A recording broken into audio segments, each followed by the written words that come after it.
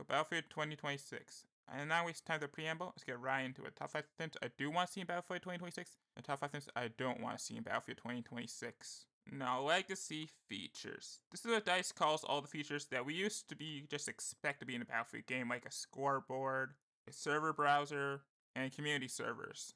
That for whatever reason, DICE just feels doesn't want to add them.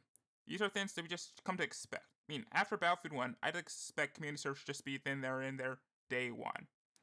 Even with the community servers they do offer in Battlefield 5, they just completely restricted what they do access. When I say welcome these features back, I just want them to be in the game day one and be what the community wants and expects. There to be a CTE, I hope they fully deliver on what the community wants from these quote-unquote legacy features. Next thing I want is Portal to be expanded upon. Now, Portal dropped into 2042 and they never really added any new content to it. When the game first dropped and we first heard about Portal, I expected them to add things like more maps from Battlefield 3, maybe even new games like Battlefield 4, Battlefield 5, and none of that happened. They just dropped Portal and it's completed to never update with anything new content. Now, when Portal drops in Battlefield 2026, I expect there to be new content in it. They can't just leave Portal with all its launch content and expect it to survive as in game mode. They need to consistently update Portal if they want people to play it. And next thing, I want them to crack down more on XP servers and just hardcore servers. These servers completely infested Battlefield 42. I think DICE needs to do more to rein these servers in. The next thing I want is there to be a roadmap on day one. Now, we used to get roadmaps for every new Battlefield title, and just after Battlefield 5, they just stopped doing it. In my opinion, 2042's biggest mistake was not doing a roadmap, or at least a promise so that they're going to work on this game, and they're just not going to abandon it. Because if people don't know what's going to come and the game fails, people just expect them to just abandon it after the promised content is delivered, and people are just not going to bother their time.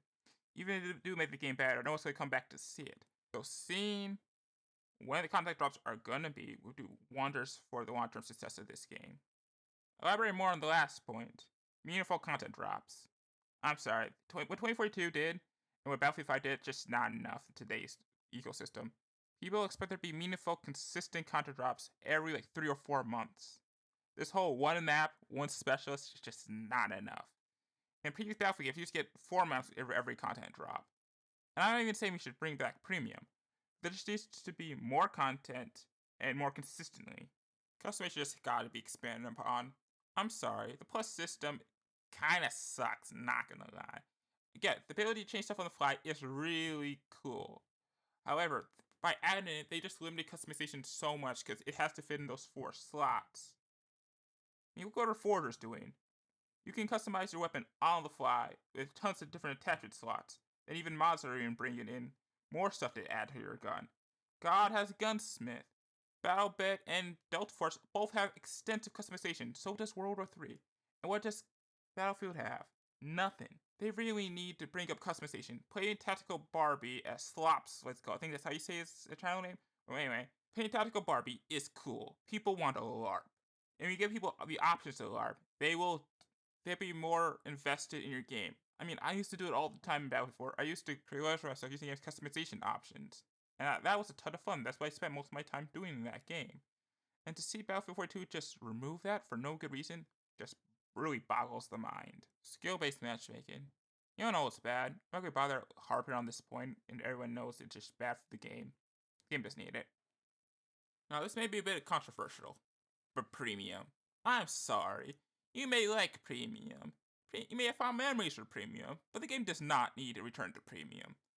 People always say, oh, it forces them to deliver in their content. So does the Season Pass. All you've done is just recreate a worse version of a Season Pass. What's the point? If you want them to promise of content for the year, just have them have a Season Pass. Premium just gatekeeps content from the game and makes the game more pay to win and splits up the player base for no good reason. But adding premium, you will actively hurt the long-term health of the game. Here what happens. You have a premium TLC drop. People play it for the first month or 2. Then everyone returns back to the normal servers and the normal game modes because there's just more people inside those normal game modes, or at least the base game modes. And all that DLC content you work so hard at doesn't really get played. That's what used to happen with premium. But people just forget that fact. You would forget that how abandoned much of those DLC servers were when the game no longer being actively played. It's not the new hottest thing. Or after some time has passed, after DLC drops.